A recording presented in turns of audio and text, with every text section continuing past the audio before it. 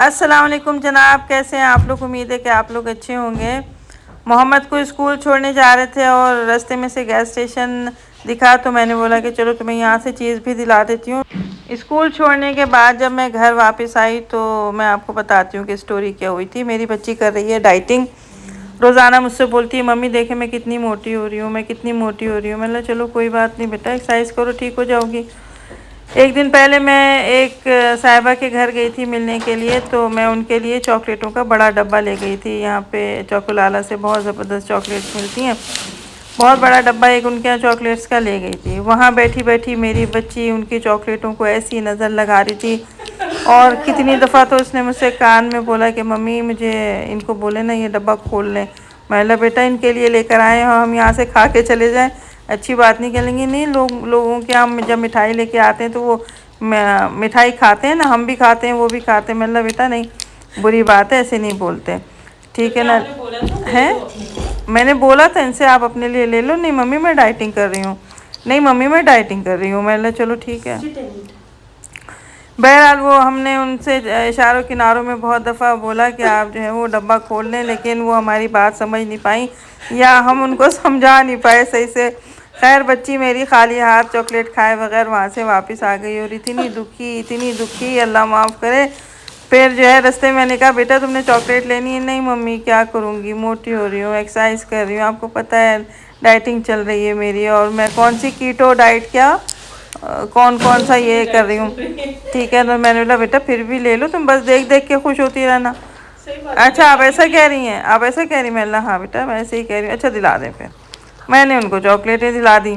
फिर घर आके भाई बड़े भाई में और इनमें लड़ाइयाँ शुरू हो गई कि भाई कहने लगा कि ये मेरी चॉकलेट है, वो कहने लगी मेरी चॉकलेट है, छोटा कहने लगा ये मेरी चॉकलेट है। बहरहाल जंग थी जो जारी थी। खैर बहरहाल वो साथ साथ में मोहम्मद के पाँव में भी दर्द हो रहा था, उसको भी हम क्लिनिक लेकर जा रहे थे। ये लड़ाइयाँ भी साथ साथ में चल रही थी। बहरहाल ये तो सब मजाक की बातें थी। ये मैं बना रही हूँ मरगूब, कभी आप लोग ट्राई करें। बहुत दफ़ा मैं आप लोगों को पहले भी व्लॉग्स में बता चुकी हूँ, बहुत मज़े का बनता है, वर्थ ट्राइंग है। आप ज़रूर इसको ट्राई करें और आप लोग रिग्रेट नहीं करेंगे। चम्मच से इसको खाते हैं। अगर डिटेल में इसकी रेसिपी चाहिए हो तो प्लीज़ मुझसे पूछ लीजिएगा, मैं बता दूंगी। आप इसके अंदर रोटी भी डाल सकते हैं और आप इसके अंदर रोटी बेल के बगैर पकाए भी डाल सकते हैं। मैं दोनों तरीक़े से कभी कभी बनाती हूँ और दोनों तरीक़े से एक जैसी बनती है और बहुत मज़े की बनती है। आप लोग कभी प्लीज़ इसको ज़रूर ट्राई कीजिएगा। जैसे स्पैगेटीज़ मैंने कहा कि आप लोग ट्राई करें, बहुत मज़े की बनती है, तो ये भी बहुत मज़े की बनती है। कभी ऐसा हो कि दिल कुछ ना सालन और चावल खाने का ना कर रहा हो तो बंदा ये बनाए, चम्मच से खाए, बहुत ज़बरदस्त। इसके अंदर आप किसी भी किस्म की मैक्रोनी भी ऐड कर सकते हैं, लेकिन वो स्पैगेटीज़ नहीं, लंबी वाली नहीं, किसी भी शेप की मैक्रोनी, सी शेप की और अलग अलग शेप्स की आती हैं, मुझे नाम अभी नहीं आ रहे हैं। स्पायरल हो गया, और कौन सी होगी, पेने पास्ता हो गया, वो भी आप डाल सकते हैं। बहरहाल ये जब हम उनके घर गए थे, ये तब की वीडियो है। ये आखिर में बच्ची ने चॉकलेटें लेकर ही दम लिया, उसको सुकून ही नहीं मिल रहा था बगैर चॉकलेटों के। बहरहाल बड़ा डब्बा जो था 130-135 दिरहम का था, ये छोटा वाला जो है 70 रुपये का था। उसके अलावा भी उसका दिल नहीं भर रहा था तो उसने अलग से भी ले ली थी। जी ये कल रात का व्लॉग है, ये मैं 2-3 दिन के व्लॉग एक साथ जमा कर लेती हूँ। क्या कह रही हैं आप ही? हाँ देख देख के उनको दिन में 2-3 दफ़ा खाती है, ज़्यादातर देखती है और फिर कम खाती है। बहरहाल बेटा कल कहने लगा कि मुझे कुछ अलग से बना के दे। मैंने क्या बनाऊँ बता दें। कहने लगा मुझे चिकन मंचूरियन बना दें। मैंने बोला चलो ठीक है चिकन मंचूरियन बना देती हूँ। चिकन मंचूरियन बोलने में तो आसान है, लेकिन उसके अंदर बहुत ज़्यादा मेहनत लगती है हर चीज़ की। मतलब ये पकता बहुत जल्दी है, लेकिन प्रिपरेशन में बहुत ज़्यादा टाइम लगता है। पे उसकी कटिंग चॉपिंग ये वो मैरिनेशन बहुत ज़्यादा टाइम लगता है। बहरहाल बनाया, आप रेसिपी इसकी देख लें, अगर आपको समझ में आए तो लिखना। मुझे बड़ा अजाब लगता है रेसिपी, आप लोगों को देखने में ही समझ में आ जाएगा। मैंने ये चिकन को काटा, मुझे जैसे काटनी थी, मैं बिल्कुल बारीक बारीक नहीं काटती क्योंकि चिकन घुल जाती है। मैंने इसके अंदर अंडा डाला, अजीनोमोटो डाला, इसको क्या बोलते हैं काली मिर्च और लाल मिर्च को दरदरा सा पीस के इसके अंदर डाला। और आप जो दिल करे सोया सॉस डालें, चिली सॉस डालें, विनेगर डालें, और आखिर में मैंने इसके अंदर जो है वो मैदा 2 चम्मच डाल के इसको अच्छे से कोट करके रख दिया और मैरिनेट करने के लिए। अच्छा जी, साथ साथ में मैंने जो है वो सब्ज़ी भी निकाल के रखना शुरू कर दी थी ताकि मैं इसकी कटिंग चॉपिंग कर लूँ। बच्चे को पढ़ाना भी था, मतलब साथ साथ में दोनों काम करती रहूँगी।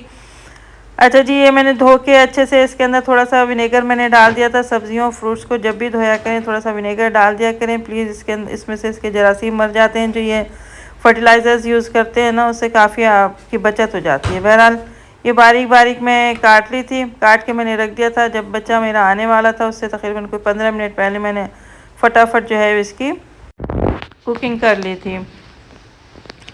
चावल हमेशा जो है वो इसके लोग क्या करते हैं कि 1 दिन या 2 दिन पहले बना के रख लेते हैं अगर उनको फ्राइड राइस बनाने होते हैं। तो अल्लाह का वास्ता है कि चावलों में आधे घंटे बाद से जरासीम पैदा होने शुरू हो जाते हैं। तो आप प्लीज़ इसको ट्राई ना किया कीजिए। चावलों को, पुराने चावल चाहे बिरयानी हो, पुलाव हो, लोग शादियों के चावल जो है वो 6-6 दिन रख के खाते हैं, ऐसा ना किया कीजिए। मेरी ये ख़ुद की रिश्तेदार हैं, यकीन माने उन्होंने फ्रिज में रखे हुए मेरे ख़्याल में 2 दिन पुराने चावल, उन्हें चावल खाने का बहुत शौक़ है। वो फ्रिज में रखे हुए थे, उन्होंने निकाले, गर्म किए और खाए। और इतनी 1 साल तक वो इतनी शदीद बीमार रही हैं कि आपकी सोच है। ठीक है, आलू हों या चावल हों, प्लीज़ इनको आलूओं को भी उसी वक्त पकाया करें जब आपने खाना हुआ करें, और चावलों को भी उसी वक्त पकाया करें जिस वक्त खाना हुआ करें। उसके बाद फ्रिज में या बाहर ना रखा करें। मैं भी पहले बहुत ये करती थी कि मतलब आज के चावल थोड़े से बच गए, फ्रिज में रख दिए, फिर बाद में खा लिए। बिल्कुल ऐसा ना किया करें। मैंने इसका डिटेल में मैंने इसको सर्च किया है, हर जगह पे किताबों में पढ़ा, इधर पढ़ा उधर पढ़ा, तो मैंने यही नोट किया है कि नहीं खाना चाहिए हम लोगों को। फ्रेश बनाएं, फ्रेश खाएं। ये तकरीबन मैंने फ्राइड राइस बनाने से तकरीबन 1 घंटे पहले मैंने ये चावल बनाए।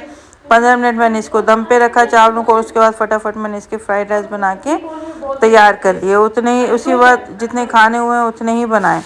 अच्छा जी, इसके बाद जो है वो मैंने पहले मैंने फ़्राइड राइस बना लिए थे, फिर मैंने चिकन मंचूरियन इसलिए लास्ट में बनाया कि उसके लिए केचप ख़त्म हो गया था। तो पहले मैंने बोला ये बना लेती हूँ, बाद में वो बना लूँगी।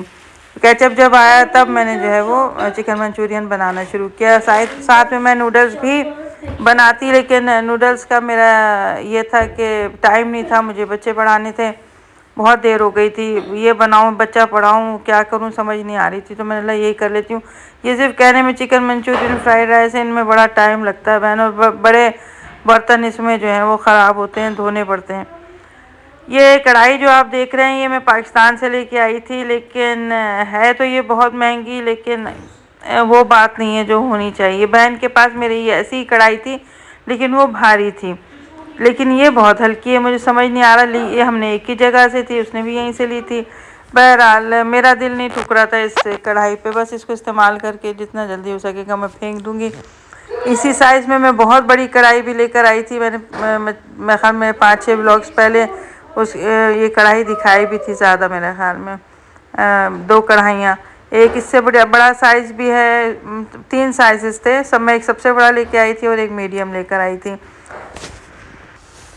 मैं आपको एक बहुत पते की बात बताऊं, यकीन माने मैं आपसे झूठ नहीं बोल रही कि इस्तिग़फ़ार के बहुत ज़्यादा फ़ायदे हैं। मेरा ख़ुद का आज़माया हुआ एक्सपीरियंस की हुई ये बात मैं आपको बता रही हूँ।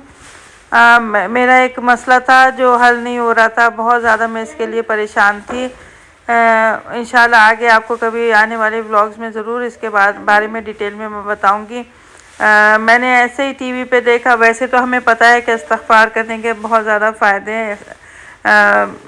आपको एक छोटा सा एक क़िस्सा सुना देती हूँ। हज़रत इमाम हसन अलैहिस्सलाम के पास एक आदमी आया, कहने लगा कि मैं बेऔलाद हूँ, आपने फरमाया है कि तुम इस्तिग़फ़ार करो। बहुत सारे लोग और भी बैठे थे सहाबी।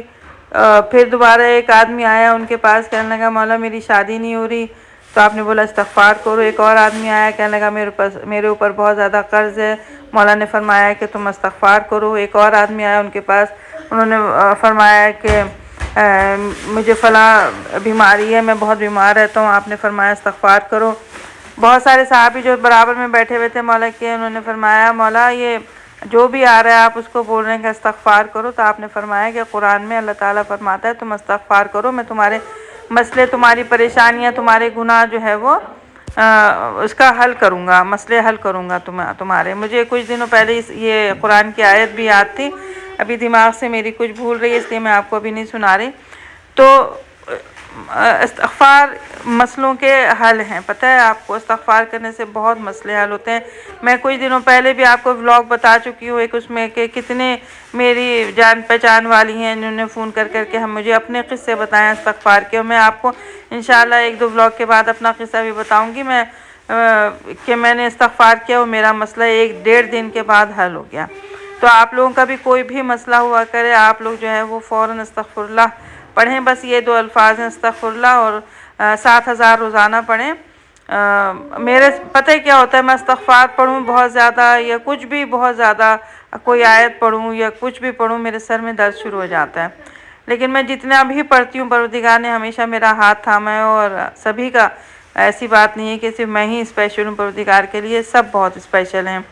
और अगर आपको मेरा व्लॉग पसंद आता हो तो प्लीज़ इसको लाइक कीजिए, सब्सक्राइब कीजिए, शेयर भी कीजिए और प्लीज़ कमेंट भी किया कीजिए। मुझे बहुत अच्छा लगता है जब आप लोग कमेंट्स करते हैं और मैं पढ़ती हूँ या आप ही मुझे पढ़ के सुनाती है। और अल्लाह ताला हम सबको अपने हिफ्ज़ व अमान में रखे, हमारी परेशानियाँ, तकलीफ़ें, दुख दर्द सब परवरदिगार जो है वो ख़त्म करें। हर मुसलमान पे अपना रहम करे, हर किसी पे जो जो अल्लाह ताला से दुआ करता है परवरदिगार उसके मसले हल करें। मुझे दें इजाज़त, अपना ढेर सारा ख्याल रखें। अल्लाह हाफ़िज़।